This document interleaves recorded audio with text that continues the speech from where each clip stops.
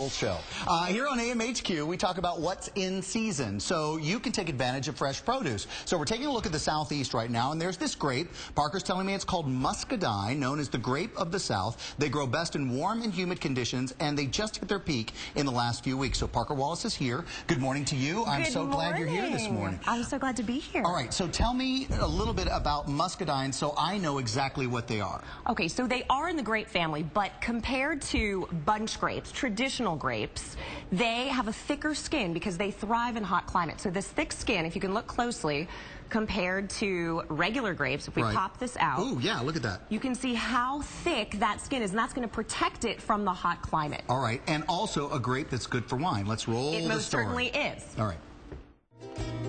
Muscadines are still one of the best-kept secrets of the South, but that's about to change if the family-owned Treehouse Vineyards has anything to do with it. The climate you want for muscadines is you need a warm region because that's why the skins get thick, but that's also why the muscadines grow so well in this area.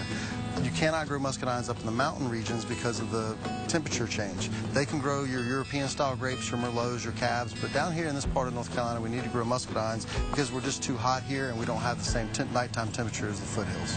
This winter was a little bit drier than last winter. How did that affect the harvest this year? What we really look at is the winter kind of leading up to harvest. What we're looking for is to have the least amount of rain as we can possibly have. The less rain we have, the more concentrated flavor we're going to have inside that grape, therefore hopefully producing a much better wine. After the picking, you gotta do the stomping. Then they're crushed. Then they're pressed. Then it's bottled.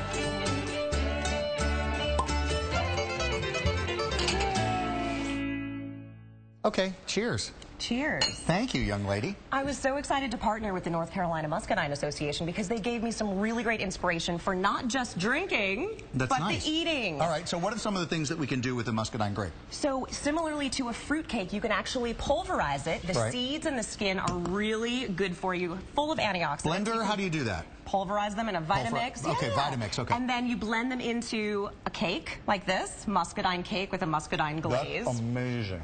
Of course, you can do Muscadine smoothies, just like you would with strawberries or blueberries. You can do smoothies with Muscadine sticks. Should I? Well, of course I will. And then, no, that's all healthy. That's very grapey tasting. It tastes different from the wine. I really like it. Yeah, it's very grapey. Like, it almost tastes like fake grapes. Yeah. But my all-time favorite now, chopped tomatoes. We're going to make a Muscadine salsa. So taking the muscadines, I'll build it since you're having your cocktail. Your hands are full. And then adding a little bit of roasted corn. It's going to give it that really smoky flavor. A little pop of some onion. Come on in, guys. Yeah.